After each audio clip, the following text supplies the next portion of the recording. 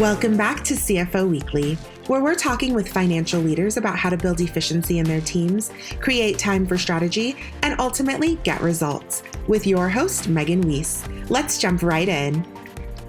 Today, my guest is Joel Krutz. Originally from New Zealand, Joel has been developing and leading strategic financial organizations around the world for over 2 decades. Joel is currently Chief Financial Officer of the clean tech smart glass company, Crown Electrokinetics Corp. Prior to Crown, Joel was CFO of ViacomCBS Networks International, a $2 billion division of the global multimedia enterprise. While at ViacomCBS, Joel led a team which fully overhauled the financial operating model and guided the business through a period of record growth, diversification, and expansion. Before that, Joel held a number of progressive London and New York-based CFO and senior strategic finance roles, where he built and developed financial infrastructure to support businesses through a range of rapid growth, turnaround, and portfolio optimization challenges. Joel received a Bachelor of Management Studies, majoring in accounting from Waikato University, New Zealand. He obtained his Professional Chartered Institute of Management Accountants qualification from the UK's Association of Chartered Management Accountants and his CTAMU certification from Harvard Business School's executive program. Joel, thank you so much for joining me today. No problem, Megan. Pleasure to be here.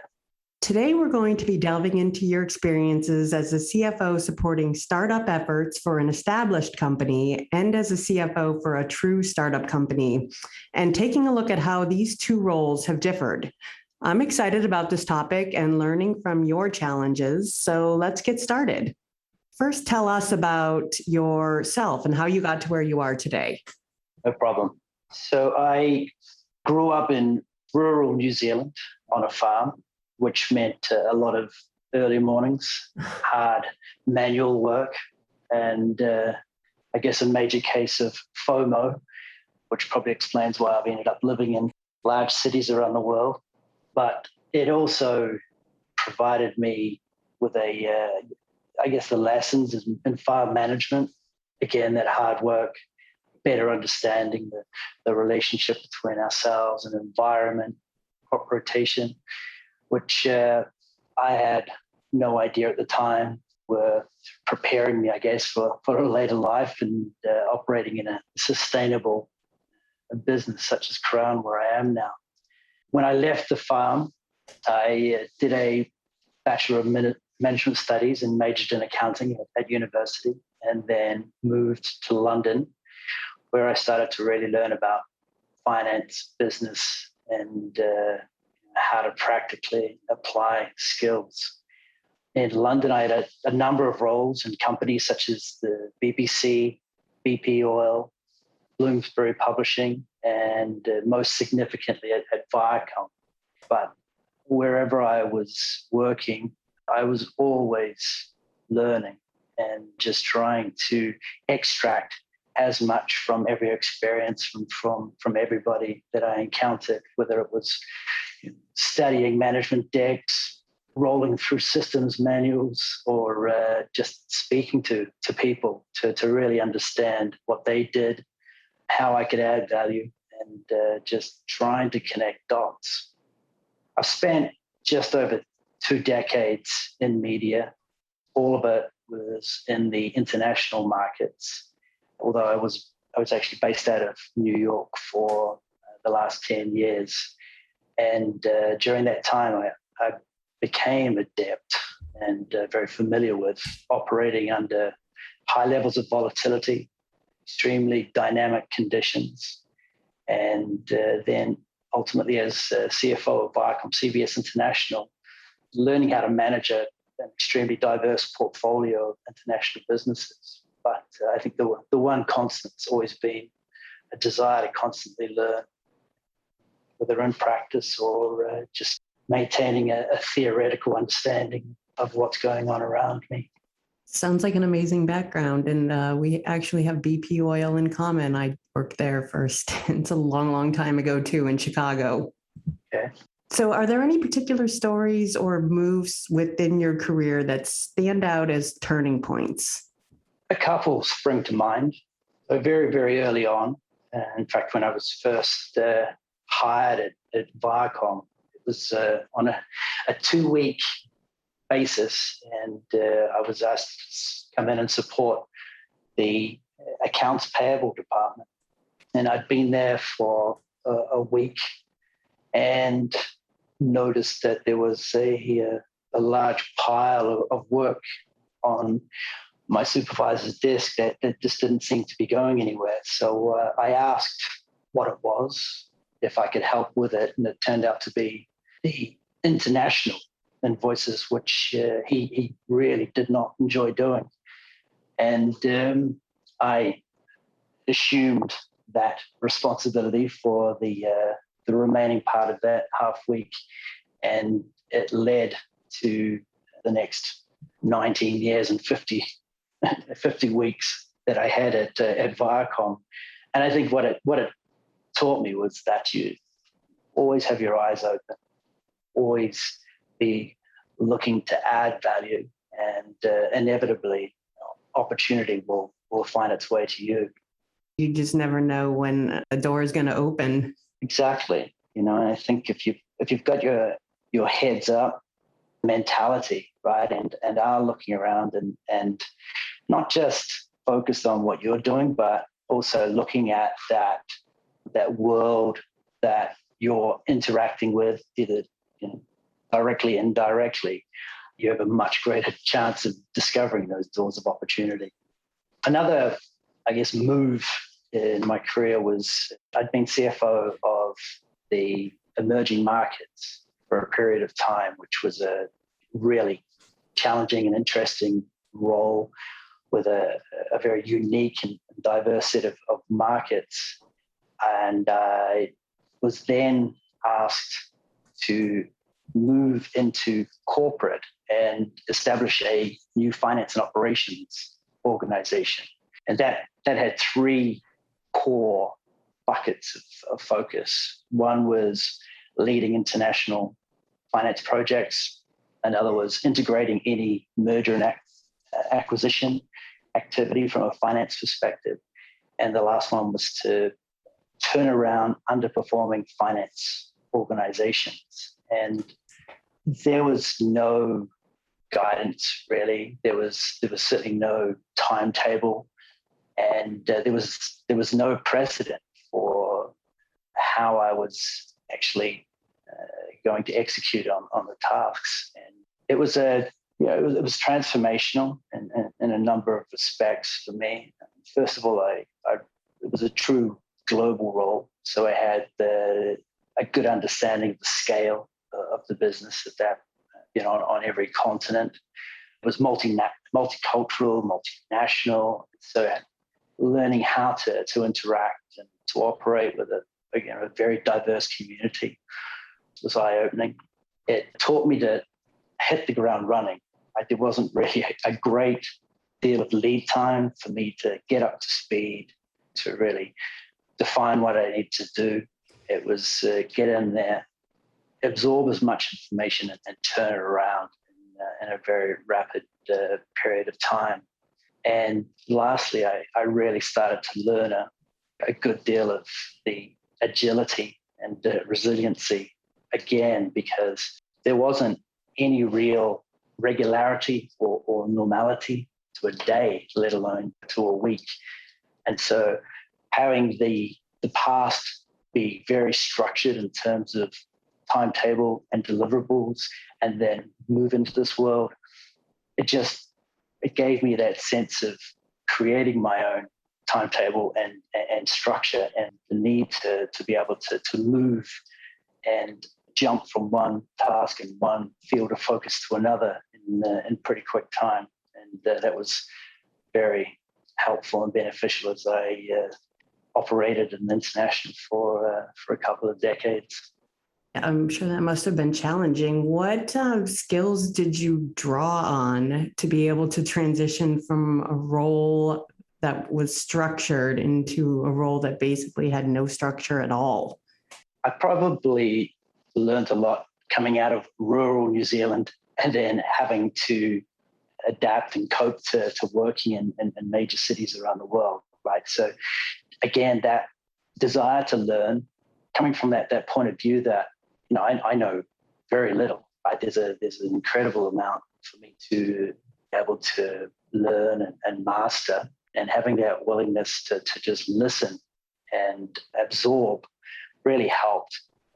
When you're put into situations, it was very much about building relationships quickly and ensuring that you engendered the support and partnership from individuals. It was very much a matter of my success in what I was doing relied on others who I was either helping to integrate into the business, helping to deliver project work, or helping to turn around their business. So that relationship, the ability to build relationships, that willingness to learn and to listen, it gave me an advantage, or it gave me the abilities to. That's a great point. Relationships throughout a career are so important. With COVID around, I just sometimes wonder, how are people going to build those relationships that help so many of us along the way? Yeah, I think the answer to that is still out there somewhere. But what I found to be very useful is I think you have to go the extra distance to really understand your teammates or your partners and get a real sense of their context and their predicament, right? Because it's very two-dimensional, this remote working. It's absolutely logistically possible, but trying to bring someone into a company culture, knowing when is the right time to be able to ask somebody to go over and above what would be normal. Face-to-face, you can do that, right? You can react real time and you have a sense, but in a remote world, I think you have to have that three-dimensional understanding of where they are in their life, what are factors that they're having to deal with. And if you have that sensitivity and that awareness, then again, I think it just helps with that relationship, and it just helps when you are asking a lot of people. Yeah, it's that's my view on it anyway.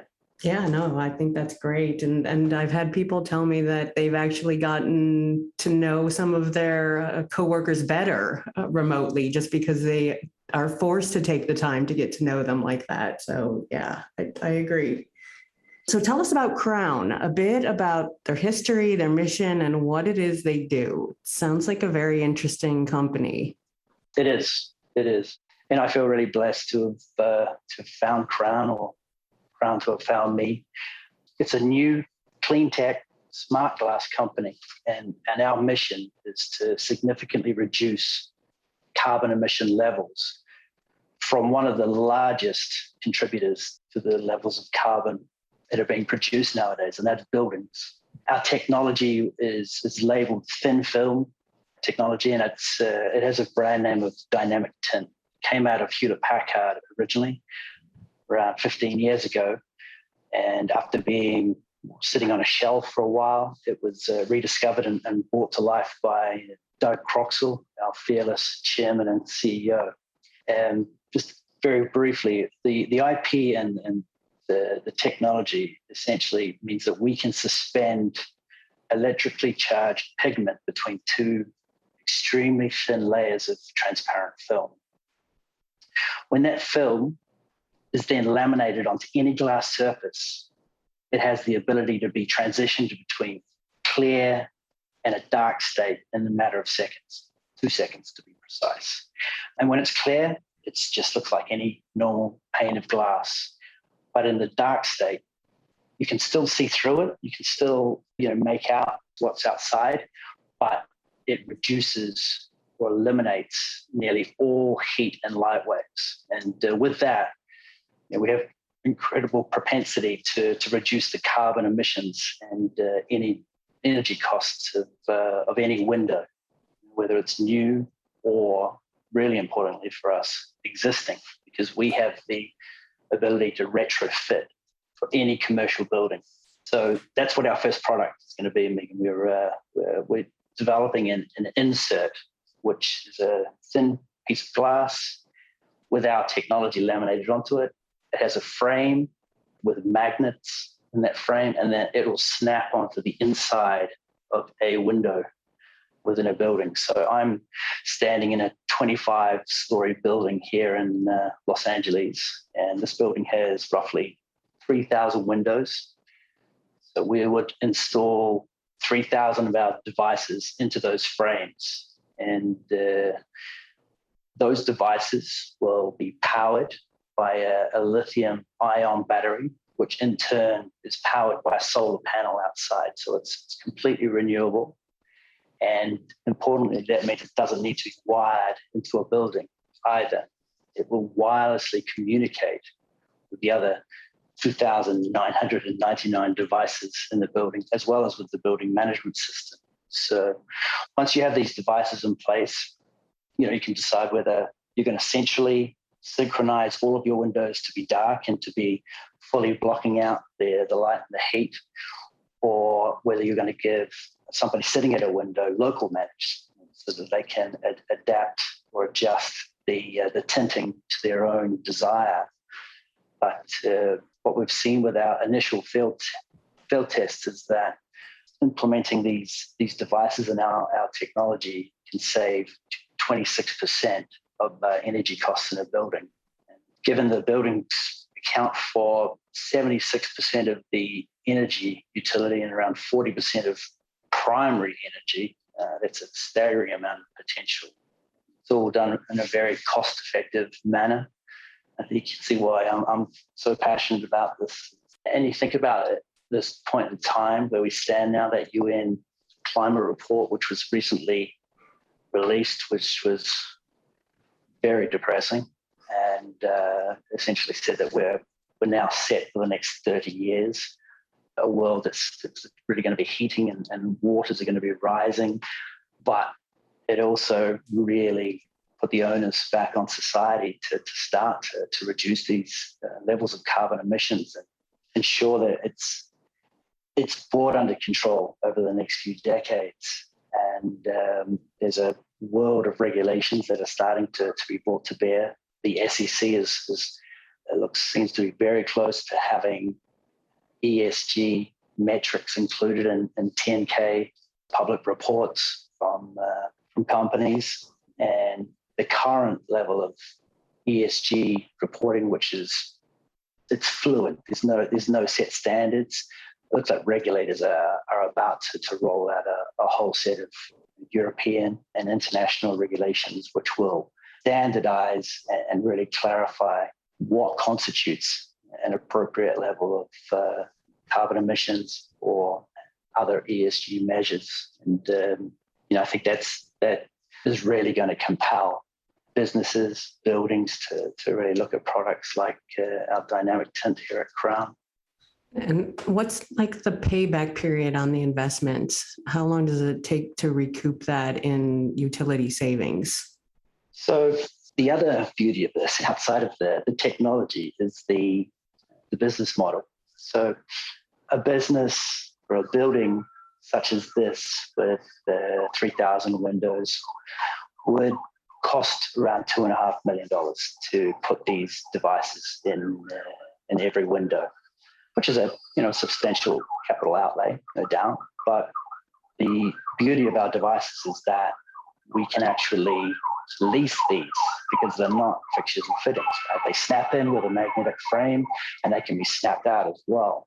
So once you start to think about spreading the cost of this investment over 10 years, it really reduces the amount of operating costs on an annual basis. So inside of 1 year, we would expect the payback to be less than 9 months. Wow, that's amazing. Really fascinating product. So let's discuss your role specifically and what were you brought in to accomplish? Well, I see my role here as part engineer or scientist and part artist. I have to build the appropriate infrastructure that's for where the company's going, not for where the company is right now. By that, I mean create an organization, institute the controls, systems, ensure that the demands that are required by the SEC, because we are that rare thing, which is a publicly listed startup, pre-revenue. But all of that infrastructure, processes, et cetera, that's very much the engineering and the science component of my role. The art is determining how we go about implementing the structure in a manner that propels the company forward rather than creates friction. Sometimes be the way that with a well-intentioned but somewhat overzealous finance function can, it really can slow things down. It can put a lot of administration and bureaucracy in the way of the business, and that can be lethal in a startup, right? There's absolutely a right place for the controls, absolutely a right place for process, but there has to be a fine level of judgment as to the level and the timing with which those are implemented. So, for instance, we have to institute a control environment, absolutely, right?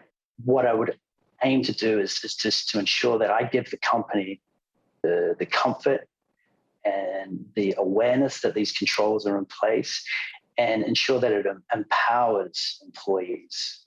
And by that, I mean they have the appropriate freedom to go forth and make decisions and to execute, because they know, expectations.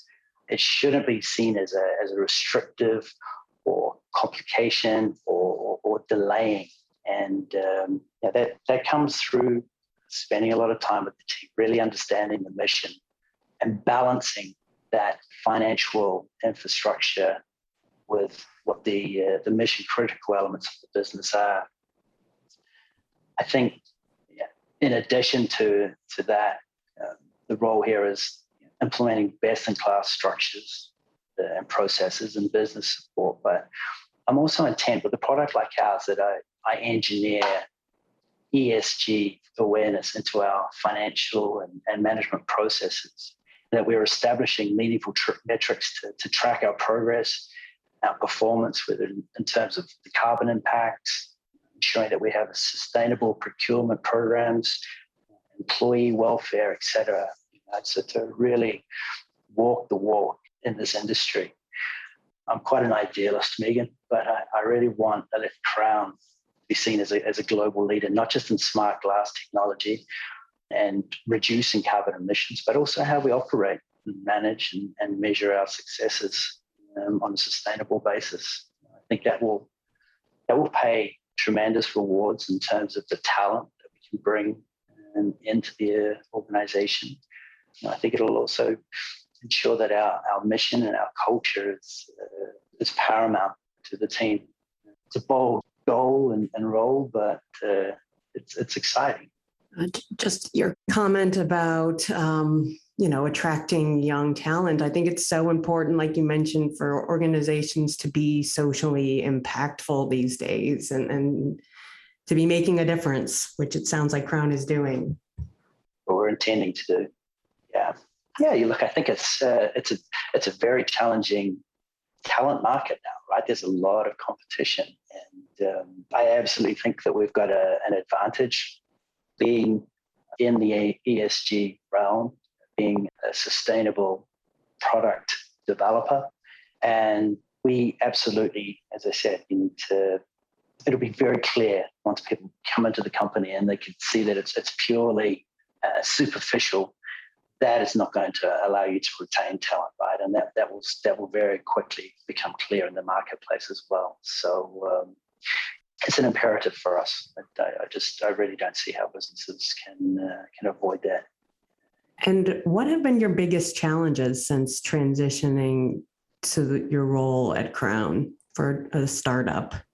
Well, apart from dragging my family from the East Coast to the West Coast, I think the combination of being an SEC reporting CFO in a pre-revenue startup means that you're operating at the extremes of the spectrum, really. One moment you're presenting to investors, the next you're proofing through a pretty substantial 10K disclosure document, and then the next you're filling out an expense claim for a new starter. So the range is quite jarring. But I've always thought that you you learn best when you walk a mile in someone else's shoes. And so if I'm building an infrastructure, I want to experience every element first to know and sure what I'm talking about, and then eventually asking others to actually do. And what are the skills that you think a CFO needs to be able to thrive in a startup environment? I don't think there's a specific skill set. I think you need to be able to draw upon multiple skill sets. But I guess if there is one skill set, it's knowing when to draw upon and apply each of your skill sets, if that makes any sense. What I mean is you can't always rely on an accounting or an analytical or a controller-driven approach. It's far more nuanced. And again, it comes back to that requirement of part engineer, scientist, and part artist. I think, to be honest, it's more a case of character than skill sets. You have to be adaptable. You have to be resilient. And you've got to be very proactive. You can't always expect there to be people around you to be giving you that guidance or to bounce ideas off. There will be the opportunity to do that, but it's not always going to be there. And you need to be able to move quickly. So, you have to have that judgment and that confidence in your decision making. And I think that combination of character and knowing how to draw upon your experience and your expertise will put you in good stead. So in your previous role, you helped an established company start up new divisions and geographical locations. In general, how does working at a true startup differ from your role at Viacom? In an established company, there's somewhat of a set formula. There's infrastructure in place, there's resources to lean upon, but in general, there's precedent, right? There might be some unique elements to it, but there's a playbook of sorts that you can generally refer to. I think there's also a lot of time that is spent dealing with the administration and in some respects the bureaucracy that is an essential component of large and established companies. And there's also a lot of time and energy that has to be invested in driving change. You have to ensure that you get the sponsorship on board, that you change hearts and minds before you even begin the change. That level of energy and emotion that has to be invested up front is it's substantial and it's necessary. If I then contrast that with the startup world, clearly there's very little structure in place. There is very little in the way of precedent or guidance or an understanding as to how best you approach or prioritize the work or the task at hand. So it goes back to that point I made before about you need to have a high level of judgment. You've got to have confidence in your abilities and in your capability to make the right decisions.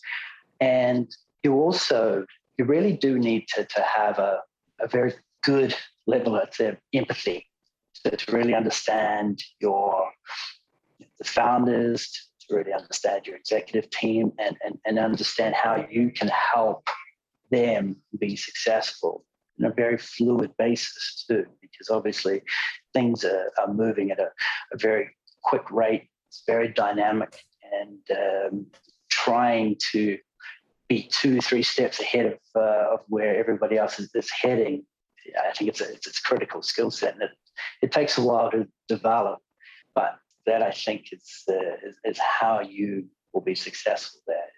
Is just skating to where the puck is going to be and building that infrastructure and that support for 6, 12, 3 years down the line. That's what I'm trying to do anyway. Oh, and the other big difference is that I'm really loving wearing Nikes to work every day. How does your family like the West Coast compared to the East Coast? It's quite a surreal place to drop in, but they love the space. They love the weather. They love the swimming pool. So it's they're acclimating. What we're probably not suitable for the podcast, but what we're doing at the moment is just really evaluating whether or not we live here or whether I do this work bi-coastally. And I think we came out here initially thinking that it was just going to be a trial period, but it looks more and more likely the family won't be going back to the East Coast for an extended period of time. Well, I guess if there's one good thing that's come out of COVID, it's flexibility to be able to do things like that.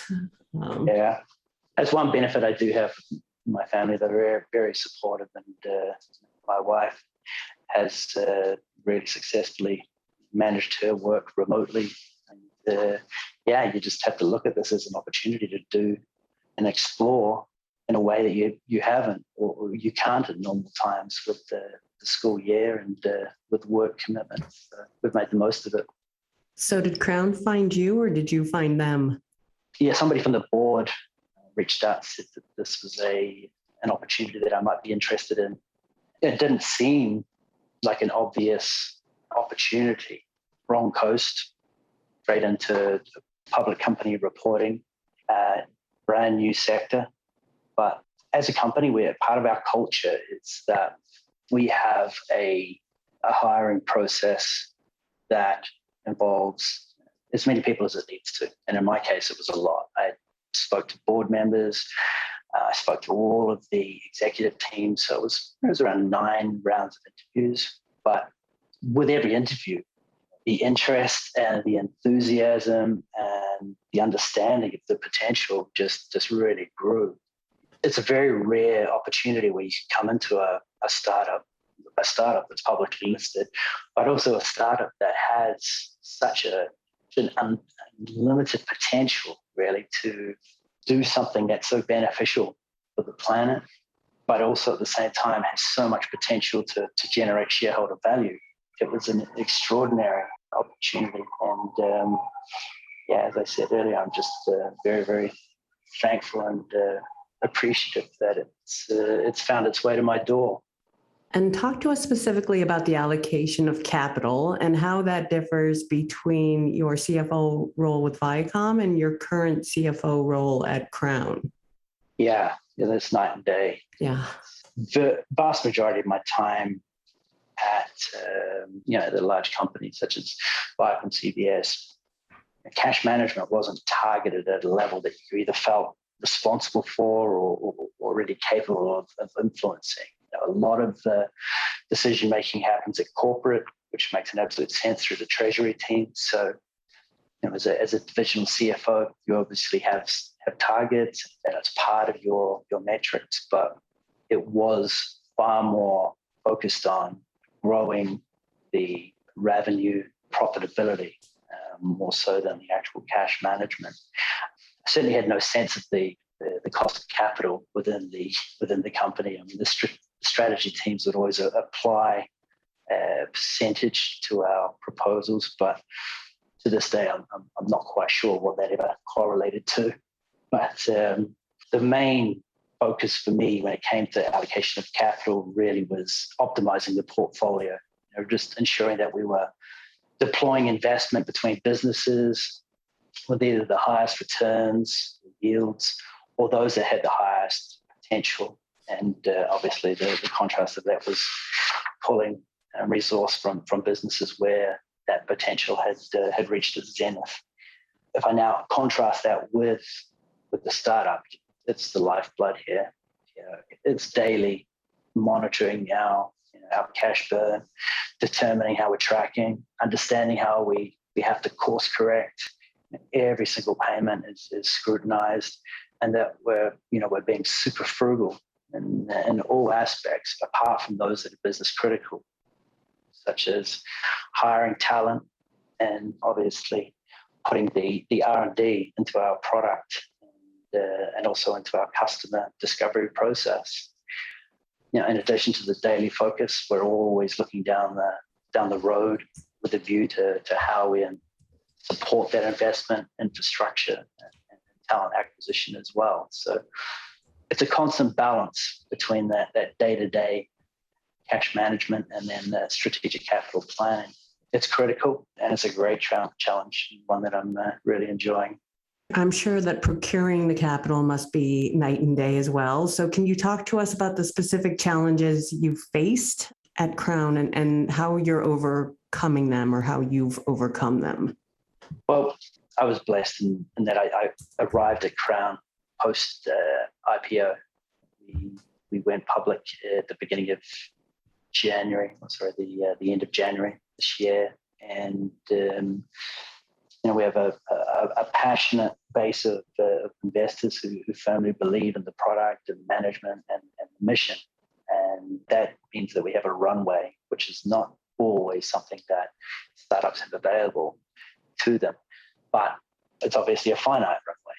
And that was never the case with a large corporate organization. Right?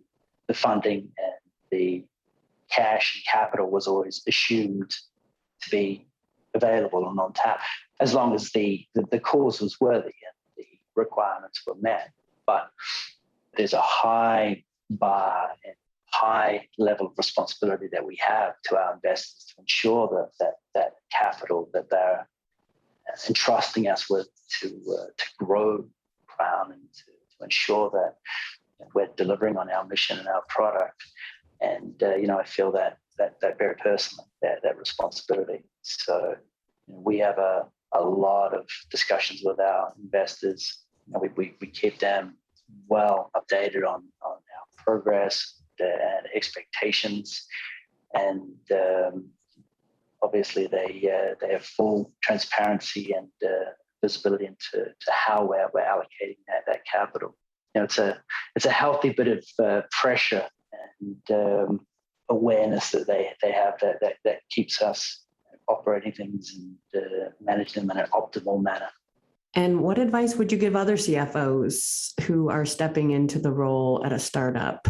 What surprises did you experience along the way? I think before you step into the role, do your diligence on the team, regardless of how tough the circumstances may or may not be. It's invariably going to be the team that dictates your success. So the executive team, the founders, anything that you can do to obviously research or ask questions up front in that interview process. You really are interviewing the company on an equal basis to them interviewing you. When you get in to a startup, be prepared to be constantly distracted. I think there's a comfort, assurance from having a good timetable and schedules to check through and to check off. But your initial timetable is really going to be start work, deal with whatever gets thrown at you, finish work, and read a lot.